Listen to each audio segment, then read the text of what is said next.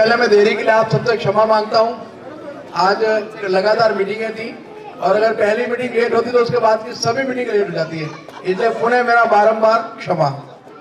मंचासीन हमारे नगर परिषद के पार्षद और मंडल अध्यक्ष भाई विजय चौहान जी, हमारे पार्टी के वरिष्ठ नेता वसंत जी हेड़ा, आदरणीय संजय साहब, और जिनको शुरू से हम भमसा के नाम से पुकारते हैं, भंवर जी गुजर साहब, भाऊ साहब, सत्यनारायण जी साहब, हमारे वरिष्ठ साथी बसंत जी भाई साहब, अरविंद जी, माता जी, बहन जी, और शबीर भाई, शबीर भाई अंधेरे में दिखे नहीं मेरे को, हाँ शबीर भाई शिव जी, आशीष, अनिल जी, पार्षद अनिल जी भड़कतिया, और यहाँ विराजमान सभी हमारे वार्डवासी।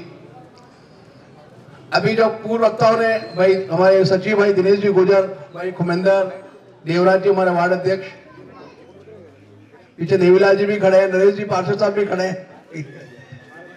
अभी आपको हमारे पहले सभी हमारे वक्ताओं ने विस्तार से काफी सारी बातें बताई। मैं तो आपसे कुछ सामान्य सी चीजें, उस दिन हमारे जो भारतीय गार्डन में मीटिंग थी उसमें मैं संजय साहब को सुन के बहुत प्रभावित हुआ। संजय साहब ने बहुत ही एक सटीक प्रश्न किया था कि हम क्या सोच के वोट देते हैं, हमारे वोट देने का क्या क्राइटेरिया होना चाहिए, हम किस आदमी को चुने, हम किस आप भी थोड़ा आगे आ जाओ ना भाई, कि हम किस आदमी को वोट देवें जो हमारे क्षेत्र का सर्वांगीण विकास करता हो, जो हमारे सुख दुख में हमारे साथ खड़ा रहता हो।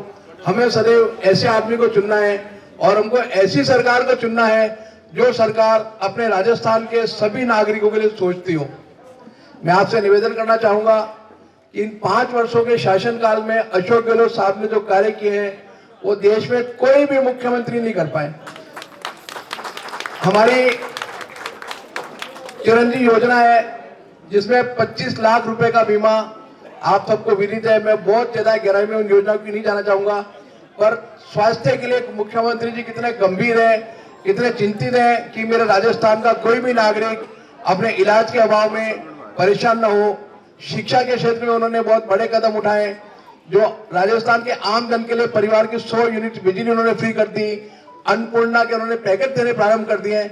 सबसे बड़ी बात है कि जो राजस्थान में मुख्यमंत्री जी ने इंफ्रास्ट्रक्चर को मजबूत करने पर जो योगदान दिया है, गैस सिलेंडर पहले सरकार ने उज्ज्वला योजना वालों के लिए 500 रुपए किया, अभी 1 करोड़ 4 लाख राजस्थान के जो परिवार है सभी के लिए उन्होंने 400 रुपए में गैस सिलेंडर देने की घोषणा कर दी है।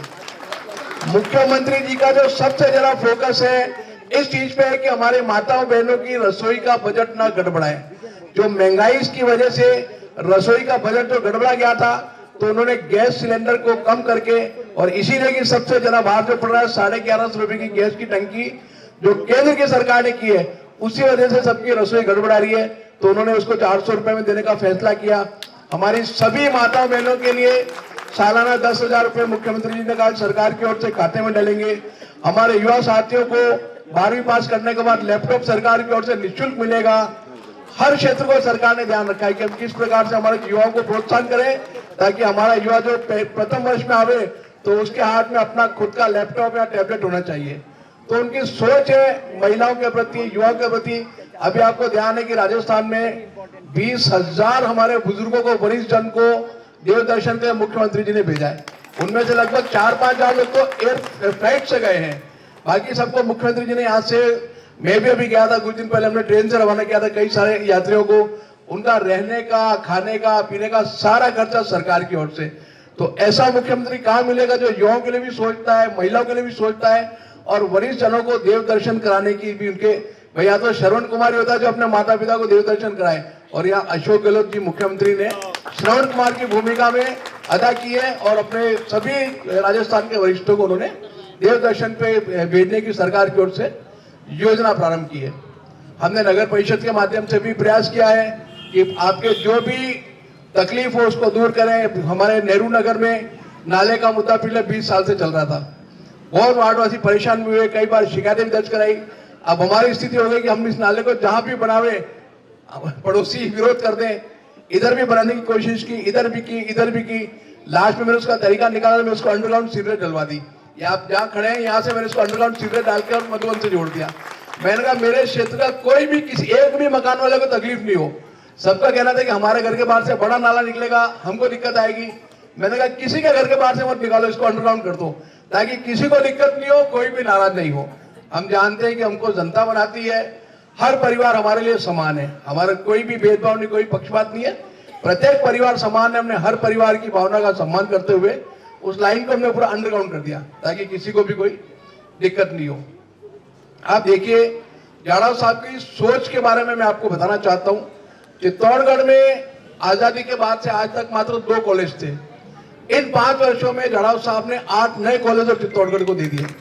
आप देखिए सरकार ने मेडिकल कॉलेज चित्तौड़गढ़ को दिया, हमारे यहाँ लॉ कॉलेज गहलोत साहब ने खोला आदरणीय जाड़ाव साहब की अनुशंसा पे, कृषि कॉलेज बस्ती में खुला, महिला कॉलेज बस्ती में खुला, ITI खुला हमारे सावा में, नर्सिंग कॉलेज चित्तौड़ में खुला है, कोई गोसुंडा में कॉलेज खुल गया। हमारा कोई भी युवा अगली पढ़ाई के लिए कहीं बाहर नहीं जावे और वो अपने चित्तौड़गढ़ में अपने शहर में रहके अपनी पढ़ाई कर सके, ये व्यवस्था जाड़ाव साहब ने कर दी।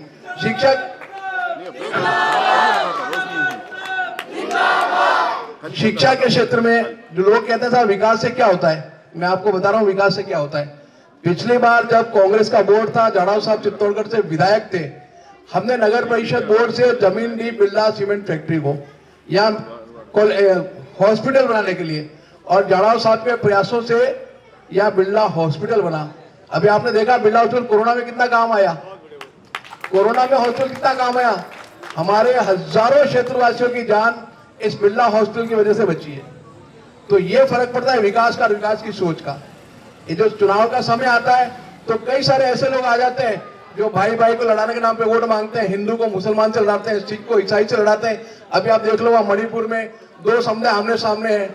ये लोग ऐसा इसलिए करते हैं कि इनकी विकास की सोच नहीं है, इनको अस्पताल बनाने नहीं आते हैं, इनको कॉलेज बनाने नहीं आते हैं, इनको ITI बनानी नहीं आती है, इनको तो सिर्फ भगवान के नाम पे लड़ाना आता है, भगवान श्री राम के नाम पे वोट मांगना आता है, और वोट मांगने के बाद ये भूल जाते हैं क्योंकि इनके पास करने के लिए कुछ भी नहीं है। जो देश 70 सालों में जिस देश में सुई नहीं बनती थी, वो देश आज खुद हवाई जहाज बनाता है, वो देश चंद्रयान 3 को अंतरिक्ष में भेज रहा है, चंद्रमा पे हमारा देश पहुंच गया है।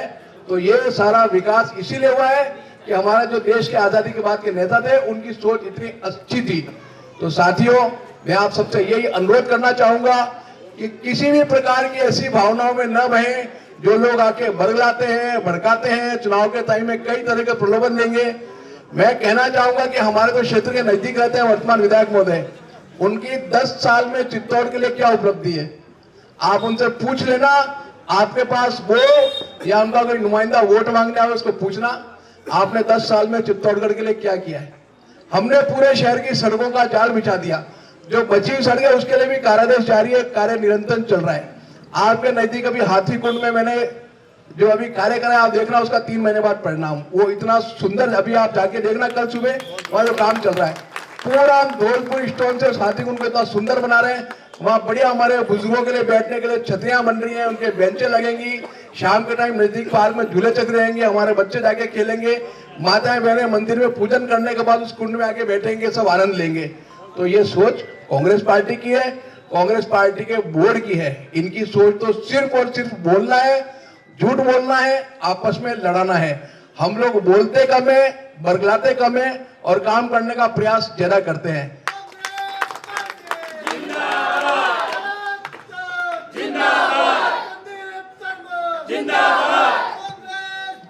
तो मैं आप सबसे हाथ जोड़कर यही निवेदन करना चाहूंगा कि आप 25 तारीख को अधिक से अधिक मतदान करें, अपने आस पड़ोस से भी निवेदन करें, किसी भी प्रकार से जो लोग बरगलाते हैं उनसे बिल्कुल दूर रहें, उनसे उनके पिछले 10 वर्षों का हिसाब पूछिए कि आप अगले 5 वर्षों के लिए वोट बाद में मांगे, पहले पुराने 10 वर्षों का हमको हिसाब दें।